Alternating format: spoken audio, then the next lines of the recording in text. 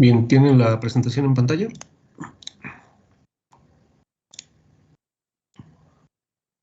Sí, profe. Ok, voy a hacer algo mejor. Les voy a compartir mi escritorio.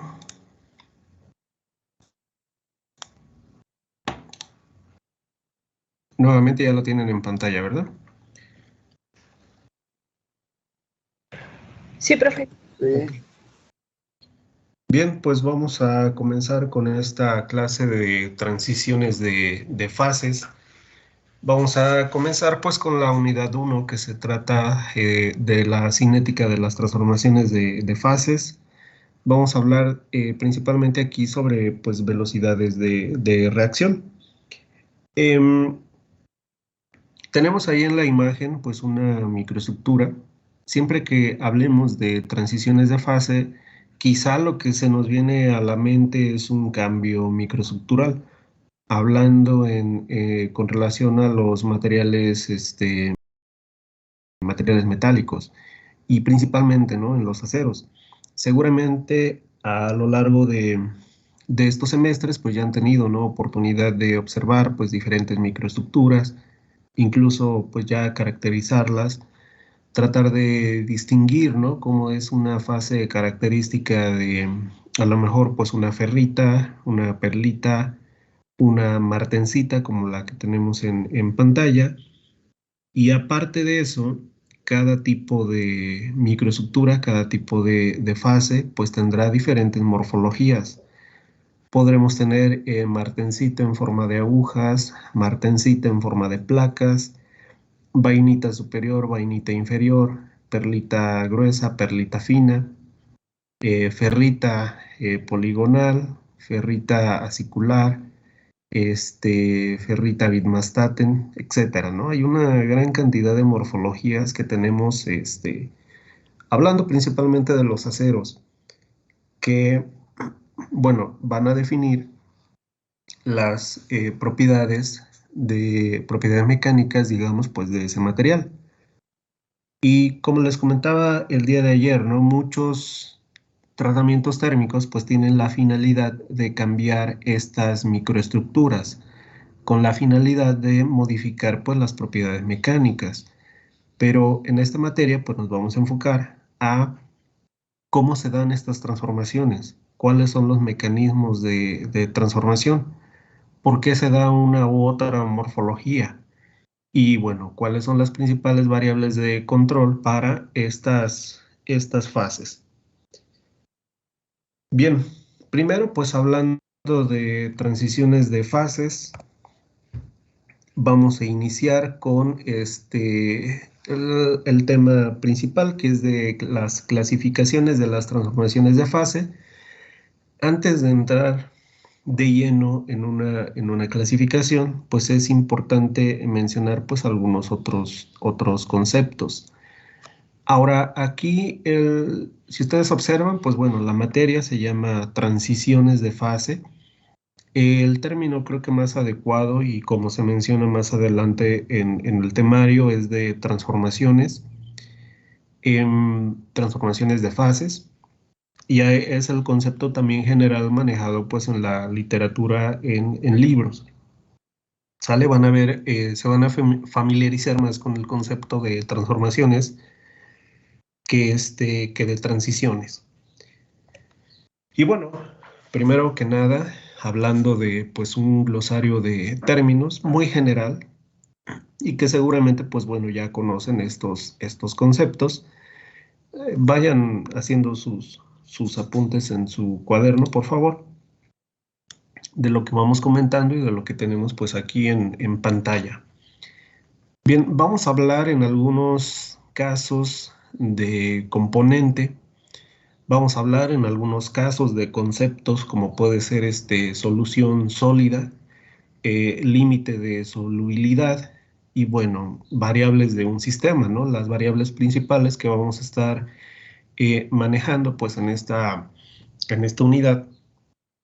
Variables importantes pues siempre son la temperatura y la presión, pero en este caso vamos a dejar un poco de lado la presión no nos vamos a meter mucho con el concepto físico-químico, sino nos vamos a enfocar un poco más en los conceptos de temperatura y de termodinámica.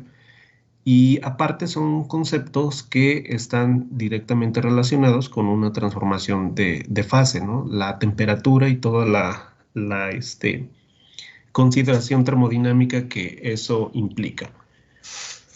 Un componente, como se menciona aquí, puede ser un metal puro. Pueden ser elementos que componen una aleación, incluso sus iones. Entonces, siempre que hablemos de algún componente, pues de alguna aleación, pues si estamos hablando de hierro-carbono, pues estamos hablando de que tenemos componentes como puede ser el elemento como tal, hierro y carbono. ¿Sale? Esos son dos componentes.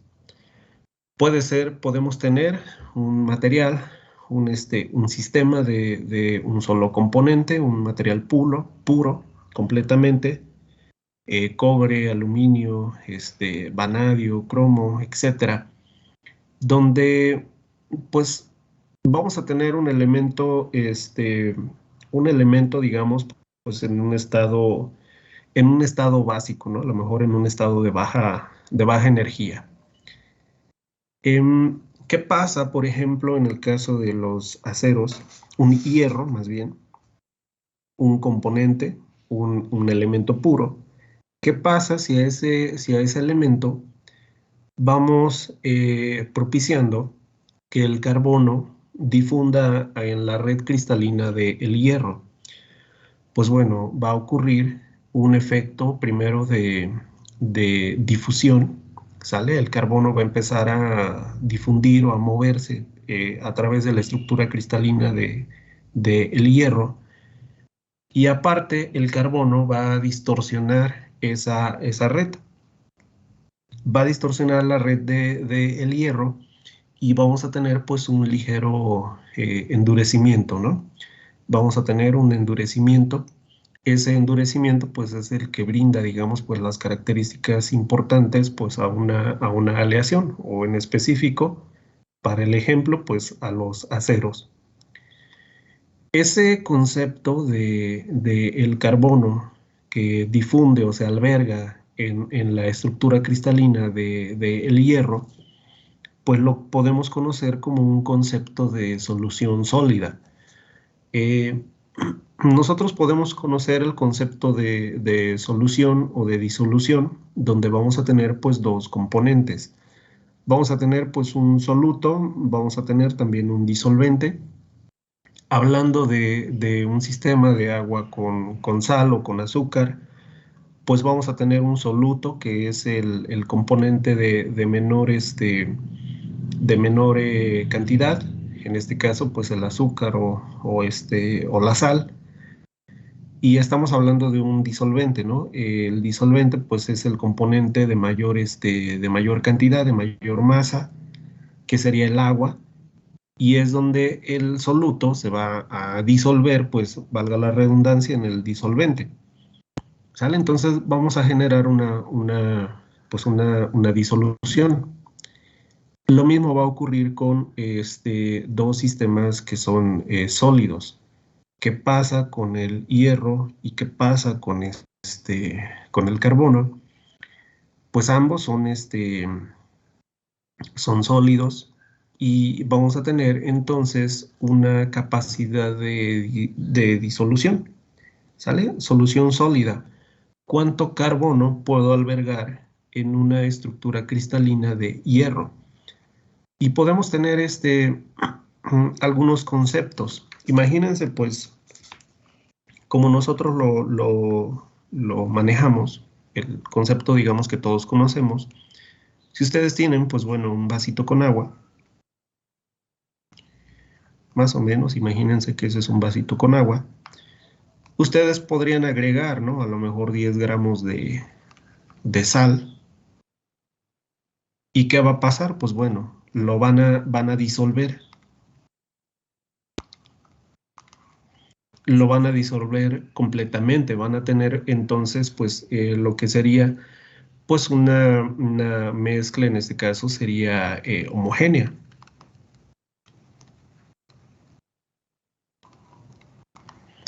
¿Sale? ¿Qué va a pasar, por ejemplo, si ustedes tienen pues ese mismo vasito?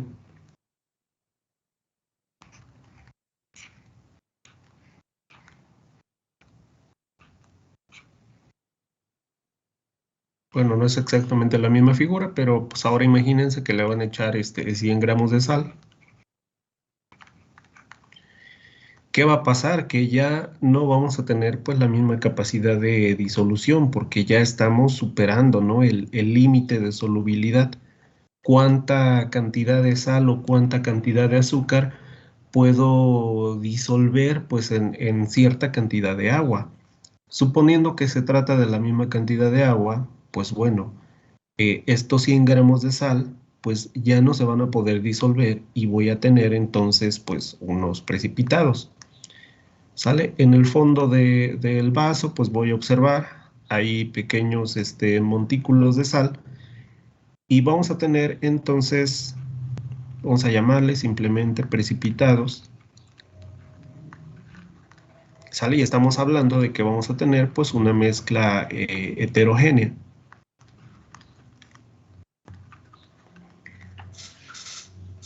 ¿Sale? Ese es el concepto que, pues bueno, hemos conocido, nos han enseñado pues a lo largo de su formación en secundaria, en preparatoria, pero llegan a la carrera de ingeniería en materiales y bueno, nuevamente vemos estos conceptos, pero ahora eso se tiene que ver con relación a sistemas sólidos.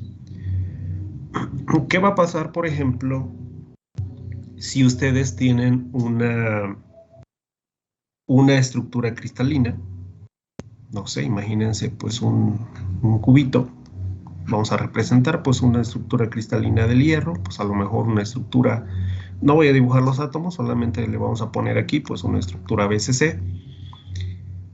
Nosotros podemos decir que dentro de esta estructura cristalina de hierro, BCC de hierro, podemos albergar una cierta cantidad de átomos de carbono. ¿Sale? Entonces tengo una cierta cantidad de átomos de carbono. ¿Sale? Vamos a llamarle carbono en solución.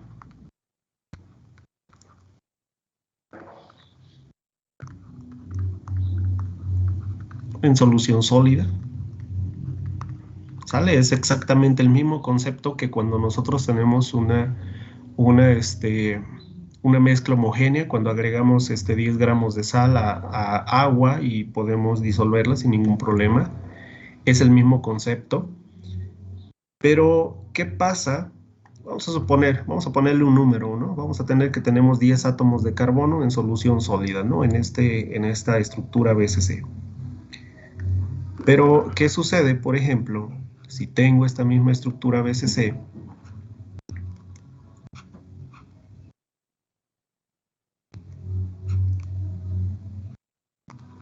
BCC de hierro, y ahora, pues en lugar de tener 10 átomos de carbono, pues a lo mejor tengo un número muy grande, ¿no? A lo mejor tengo 10 a la 6 átomos de carbono. ¿Qué va a pasar? Que bueno, alguna cantidad de átomos de carbono, pues sí se va a quedar en solución sólida, ¿sale? Pero va a existir una cantidad de átomos de carbono que no se va a poder disolver.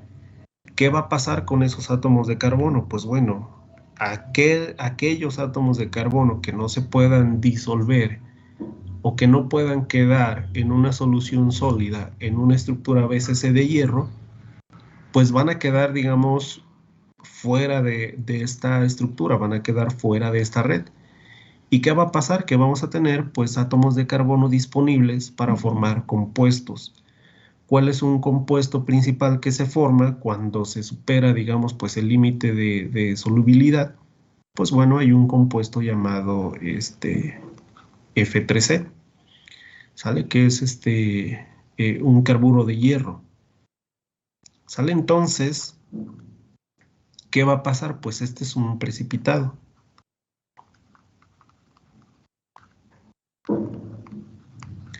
Y ocurre exactamente el mismo fenómeno.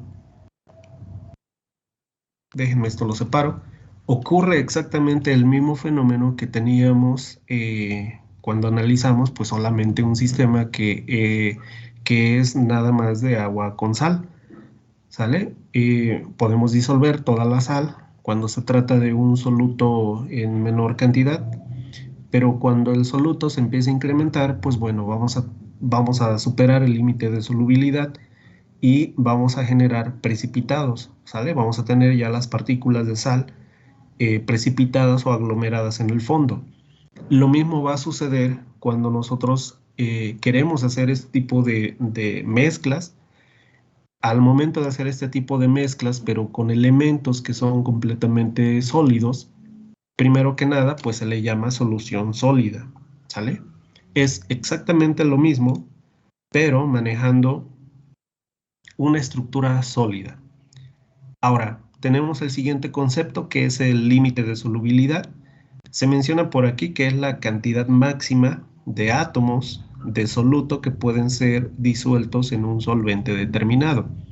¿Sale? Y es lo que les comentaba, a lo mejor yo en una estructura de FCC, de hierro, cúbica centrada en el cuerpo, pues puedo albergar sin ningún problema 10 átomos de carbono. Estoy por debajo del límite de la solubilidad de este sistema, pero si yo agrego una gran cantidad de átomos de carbono y los quiero acomodar, digamos, dentro de la estructura cristalina de hierro, no voy a poder realizarlo. Voy a tener átomos que simplemente pues no van a caber. ¿Y qué va a pasar? Que voy a formar estos precipitados, precipitados de carburo de hierro. Entonces, estoy superando un límite de solubilidad. ¿Y qué va a pasar? Si yo tengo una gran cantidad de átomos de carbono, estos van a afectar las características del material, van a afectar sus propiedades, van a afectar su microestructura y van a afectar pues su desempeño para alguna aplicación. ¿Sale? Entonces, estos conceptos de forma general pues son importantes para tratar de entender a qué se refiere una transformación de fase. Y las transformaciones de fase vienen implícitos con este tipo de conceptos también, de solución sólida, de solubilidad y de componente. Poco a poco vamos a ir viendo estos conceptos, no se preocupen. Solamente aquí son conceptos generales y bueno, como ya les comentaba, ¿no? Las variables de un sistema. Las variables de un sistema pues principalmente dependen de la temperatura y de la presión. Pero, ¿qué va a pasar, no? Si ustedes calientan, por ejemplo, pues un vaso con agua, cambia el límite de solubilidad. Al cambiar el límite de solubilidad, pues bueno, estos precipitados se van a empezar a disolver. Lo mismo va a suceder, por ejemplo, con estas estructuras. ¿Qué va a pasar? Pues bueno, de tener una estructura, por ejemplo, BCC, ¿qué pasa si yo caliento a ese hierro más o menos por arriba de los 724 Celsius, me parece? Si ustedes calientan pues a este hierro puro hasta esa temperatura, pues lo que va a suceder es que ocurre un cambio, ¿no? De estructura cristalina. Ahora, de tener una estructura que es cúbica centrada en el cuerpo, vamos a cambiar a una estructura que es cúbica centrada en las caras, cambia el arreglo atómico de los átomos de hierro y vamos a tener diferente límite de solubilidad. El límite de solubilidad se va a incrementar y podré albergar una mayor cantidad de carbono. Son ejemplos análogos, pero nos vamos a enfocar en esta materia en ese tipo de situaciones, ¿no? En soluciones sólidas y transformaciones de fase relacionados con estos conceptos. No nos vamos a meter con el tema de presión. No es, digo, es un parámetro importante, pero aplicado, digamos, a la parte de ingeniería, a la parte de tratamientos térmicos, pues la variable importante es la temperatura. Bien, me dicen si puedo cambiar.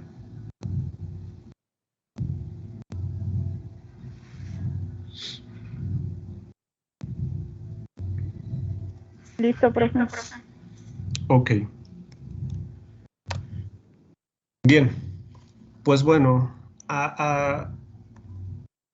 a esto le vamos a llamar sistema, pues un sistema va a estar conformado pues por un soluto, por un disolvente, todo en su conjunto lo vamos a llamar como tal, ¿no? Como un sistema. Y estos sistemas, como ya mencionamos, pues bueno, se va a tratar de sistemas homogéneos, de sistemas heterogéneos, también dependiendo si estos sistemas, pues bueno, permiten el intercambio de calor o pueden ser pues sistemas abiertos, cerrados o aislados. Y bueno, todos estos sistemas, pues bueno, van a estar conformados por fases. Un ejemplo, pues el agua. Ustedes saben que el agua pues tiene tres diferentes estados de agregación. Pues bueno, tenemos el agua en estado líquido como tal, pues lo conocemos como agua. ¿Qué pasa si reducimos la temperatura del agua? Pues bueno, va a ocurrir una transformación, va a ocurrir un cambio. Ese cambio es que, pues bueno, ahora vamos a tener el agua ya en un estado sólido, ¿no? Que es lo que nosotros conocemos como hielo. ¿Qué pasa, por ejemplo, si nosotros pues elevamos la temperatura? Ojo, nos estamos manteniendo a una presión constante. Si ustedes se fijan en este diagrama, tenemos la presión en atmósferas, estamos en una atmósfera, asumiendo que estamos a nivel del mar. Temperatura ambiente, agua, ¿sale? Estado líquido. Si disminuimos la temperatura, tenemos un punto donde ocurre la transformación, en este caso a 0 Celsius. Vamos a tener hielo. Si partiendo de la temperatura ambiente, pues bueno, incrementamos la temperatura, vamos a tener pues un punto de ebullición. ¿Qué va a pasar con ese punto de ebullición? Pues bueno, vamos a tener pues también un cambio de fase. Y en ese cambio de fase, ¿qué vamos a tener? Pues bueno, vamos a tener a la molécula de H2O pues ahora en una forma de vapor. ¿Sale? Misma presión, diferente temperatura, y esta diferencia de temperaturas pues ocasiona que exista pues un cambio de fase. Mismo componente, ¿sale? Hielo, agua, vapor están conformados por H2O, pero tengo diferente morfología, tengo diferente comportamiento. Entonces, pues tengo la fase de hielo, tengo la fase de agua y tengo la fase de vapor. ¿Sale? Todo generado por un cambio de temperatura. Ahora, si ustedes se fijan, en este sistema, pues también tenemos un eje que es de presión. Nosotros podemos tratar de realizar este cambio de fases pues a una altitud, por ejemplo, a nivel del mar, donde tenemos pues una presión de una atmósfera. Podemos ir incluso pues a otra altitud, a lo mejor a una montaña, a una altitud pues elevada. Entonces vamos a tener una presión atmosférica menor y estas líneas de transformación o de cambio de fase pues también se van a modificar. ¿Sale? Esto es muy fácil de predecir, pues bueno, para un sistema sencillo como es este, de hielo, agua a vapor. Pero hablando de materiales metálicos, o de aleaciones, donde tenemos una gran cantidad de componentes, por ejemplo, pues un acero aleado, pues, ¿qué es lo que tiene, no? En primera instancia, tiene hierro, carbono. ¿Qué puede tener después? Bueno, puede tener alto contenido de molibdeno, alto contenido de vanadio, de niobio, y todos esos elementos se van a encontrar en solución sólida, ¿no? Como lo mencionábamos hace un momento.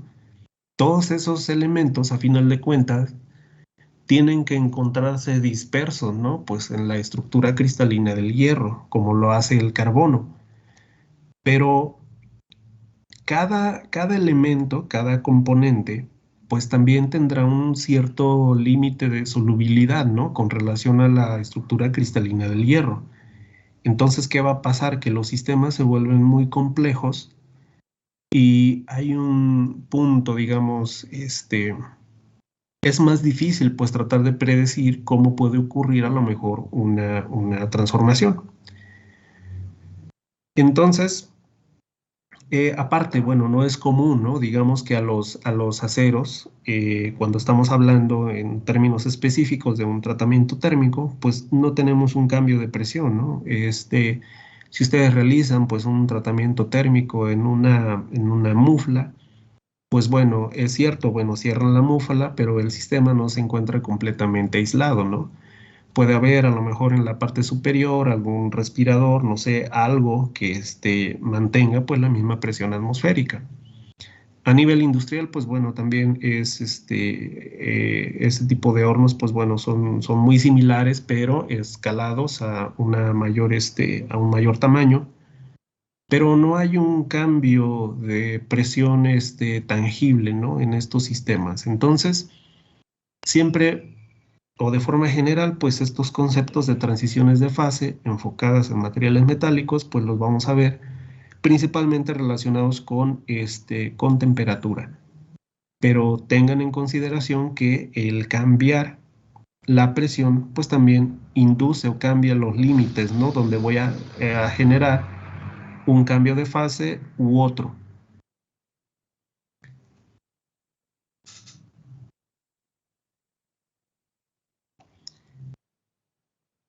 Bien, se menciona en la parte inferior, dentro de un sistema pueden existir una o más fases, ¿sale? ¿Qué pasa, no? Si ustedes tienen, por ejemplo, si ustedes tienen agua, vamos a ver el mismo ejemplo, si ustedes tienen agua y si ustedes empiezan a reducir la temperatura o, bueno, toman un recipiente con este recipiente, pues para hacer hielos en el refrigerador, pues lo llenan con agua, lo meten al congelador, pues obviamente esa transformación no se lleva a cabo de una forma instantánea, ¿no? No quiere decir que por el hecho de que metan el agua pues al congelador de forma instantánea se va a congelar. ¿Qué va a pasar? Pues bueno, hay un proceso, ¿no? Primero de reducción de temperatura y posteriormente empieza una transformación. ¿Qué pasa? Ustedes seguramente pues a lo mejor por las prisas pues ya quieren el hielo, van al refrigerador, observan y resulta que solamente se formó una capita de hielo, ¿no? En la parte superior. Resulta que la parte inferior pues todavía se encuentra en un estado líquido.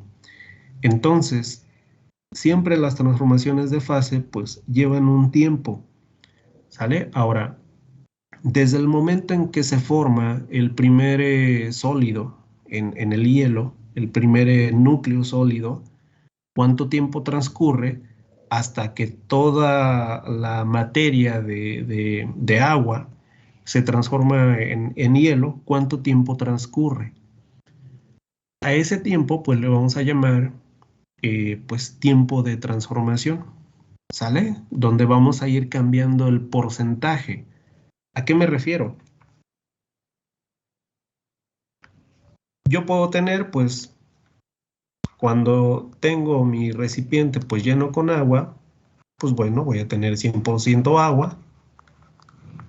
¿Y qué voy a tener? Pues bueno, voy a tener 0% hielo, ¿no? Justo cuando lo justo cuando lo coloco, ¿no? Dentro del refrigerador. ¿Qué pasa después de un tiempo, no? Me doy una vuelta al refrigerador después de, no sé, 10 minutos y resulta que a lo mejor pues ya tengo un 80% de agua, aprox, un 20% de hielo y así sucesivamente, ¿no? Hasta que ya ocurre completamente pues esta transformación.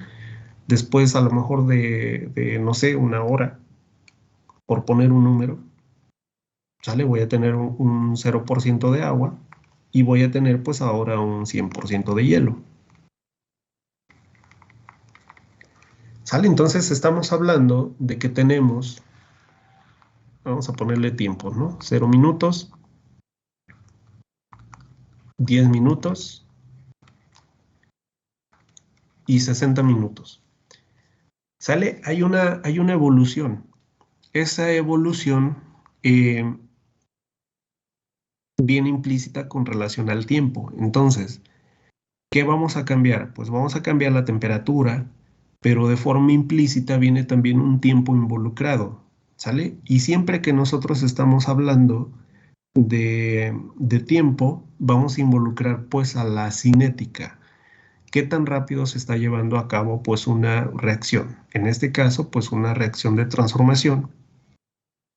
Y tenemos un componente en cada caso.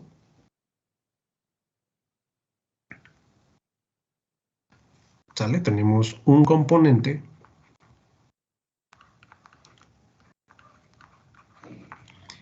¿cuál es ese componente? Pues H2O. ¿Sale? Independientemente de su estado, es un solo componente, es H2O. No es alguna otra sustancia, no tiene nada más, solamente es H2O. Pero tenemos dos fases. ¿Cuáles son esas dos fases? Pues bueno, tenemos una fase agua y pues tenemos una fase hielo. ¿Sale? Entonces, siempre hay que identificar quién es el componente y quiénes son las fases. Misma estructura química, mismo H2O, diferente fase, diferentes comportamientos, agua y hielo. Se menciona por aquí, dentro de un sistema pueden existir una o más fases, ¿sale? Mismo sistema, mismo componente, dos fases. Y ahora, ¿cómo podemos definir, ¿no? esta fase? Bueno, se define como una porción del sistema cuyas propiedades y composición pues son homogéneas, logrando así pues las distinciones físicas de las otras partes del sistema. ¿Sale? Entonces, mismas características, fácilmente podemos distinguir una fase de otra. Entonces, tenemos una fase agua, mismas características, pues se trata de un fluido, ¿sale? Que tiene una viscosidad, etcétera. Tenemos otra fase, es hielo, ¿sale? Tiene características, bueno, la estructura que conforma el hielo, pues tiene las mismas características, mismas propiedades, se encuentra en estado sólido, tendrá una mayor densidad en comparación con la del agua, y la estructura molecular entre el agua y el hielo, pues es diferente. Entonces, vamos a tener que identificar pues estas fases. Si estamos hablando entonces de que, bueno, en esta materia vamos a enfocarnos en transiciones de fase, nos vamos a enfocar qué ocurre, ¿no? Por ejemplo, en la parte central o en el punto de transformación donde hay un cambio de agua a hielo o de agua a vapor. ¿Sale? Es un ejemplo, pero esto lo vamos a manejar en sistemas metálicos.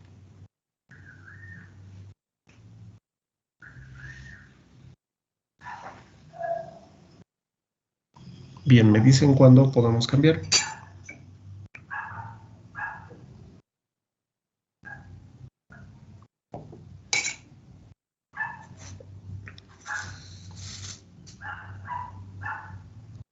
Listo, listo. Ok, muy bien.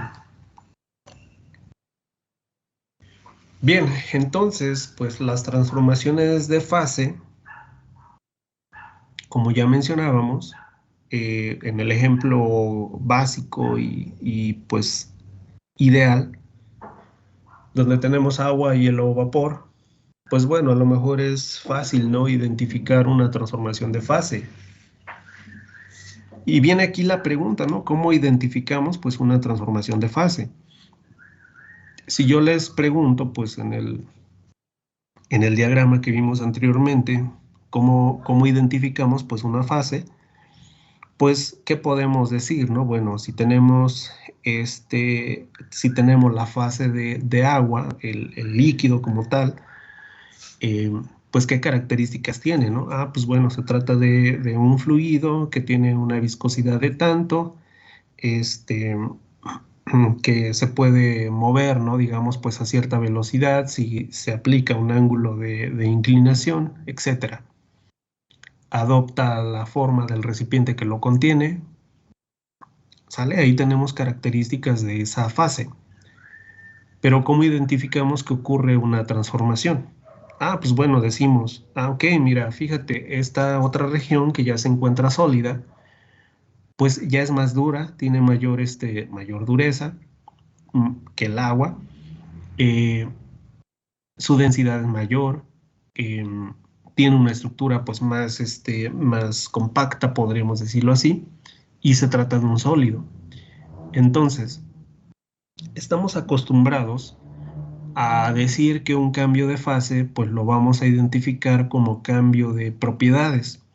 Sale incluso si nos vamos al otro extremo, si comparamos pues ahora el agua con vapor, pues en el vapor podemos decir, pues bueno, se trata ya de un gas, se trata de una estructura que ya sus moléculas tienen una interacción diferente, a lo mejor una mayor separación, ¿no? Entre las mismas moléculas y vamos a tener ahí una teoría cinética de colisiones en los gases.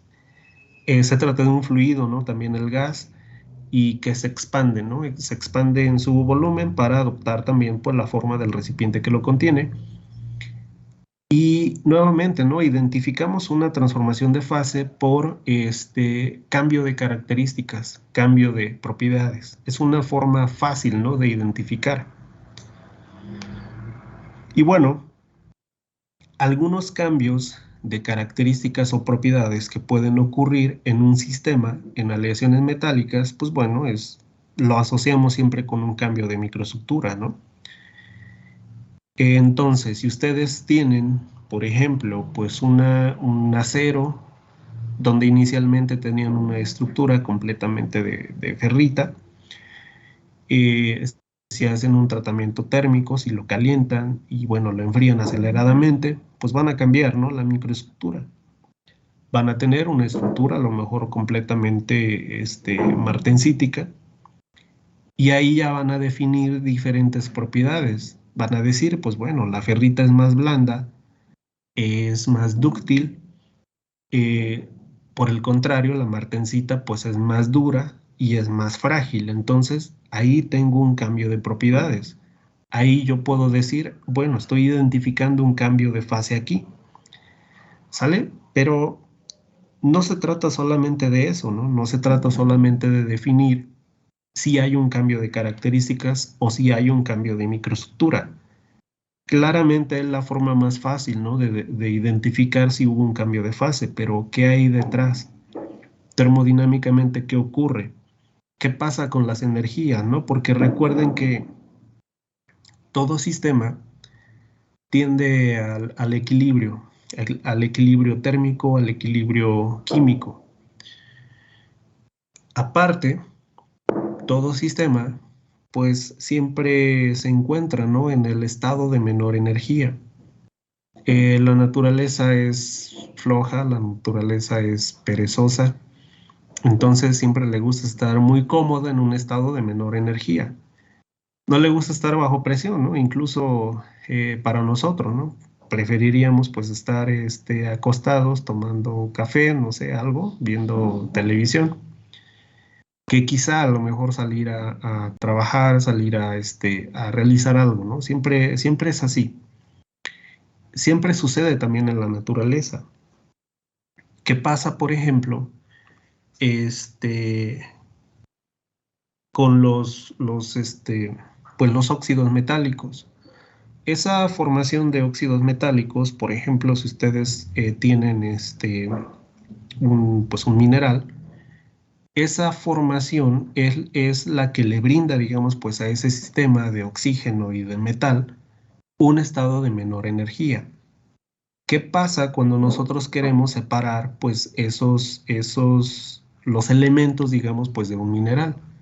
Tenemos que recurrir, ¿no?, a procesos ya industrializados con una gran cantidad de maquinaria, de hornos, etcétera, ¿no?, para generar o propiciar la fabricación, por ejemplo, del acero. Necesitamos invertir una gran cantidad de energía para poder transformar ese óxido en un metal, ¿no?, que podamos utilizar en alguna aplicación.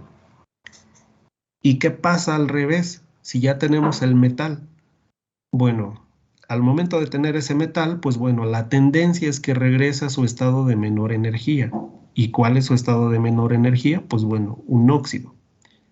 ¿Qué pasa, por ejemplo, si dejan pues un metal a la intemperie? Pues se va a empezar a oxidar, ¿sale? Porque es su forma natural. Entonces, siempre todo tiende a o a un equilibrio o a llegar a un estado de menor energía, ¿sale? Va a ser un punto importante también para definir qué tan fácilmente se puede dar una transformación. Si nosotros hablamos de una transformación de un mineral a un metal, chequen cuánta energía necesitamos. Necesitamos pues una gran infraestructura para poder transformar el óxido en metal. La transformación es muy difícil, ¿sale? Pero si dejan unos días ese metal a la intemperie, pues la transformación al revés de metal a mineral pues va a ser más fácil. Entonces, lo mismo va a ocurrir con las transformaciones de fase de un sistema de aleaciones. Existirán fases que serán fáciles de transformar unas con otras, pero existirán también algunas fases que serán más difíciles, ¿no?, de lograr o de llevar a cabo. Bien, nuevamente, si estamos hablando de una aleación, esta aleación, pues bueno, una microestructura puede tener una gran cantidad de fases. Por ejemplo, en las aleaciones ferrosas, ya mencionamos algunos casos, pues bueno, partimos de una fase austenita a alta temperatura. Si ustedes recuerdan por ahí sus diagramas de equilibrio del sistema de hierro-carbono, por ejemplo, o hierro-carburo de hierro, más correctamente, a alta temperatura, pues bueno, vamos a tener una fase de austenita, y dependiendo de la capacidad de enfriamiento, si se trata de un enfriamiento continuo, si se trata de un enfriamiento, un tratamiento isotérmico, que bueno, vamos a ver aquí también, vamos a poder conformar diferentes fases o microconstituyentes. Podemos formar fases como martensita o microconstituyentes como la vainita, la perlita, o fases como la ferrita. Podemos tenerlas de forma combinada, todas en una misma microestructura, pero la austenita la transformamos a diferentes fases o microconstituyentes. Bien, ¿alguna duda, pregunta hasta aquí?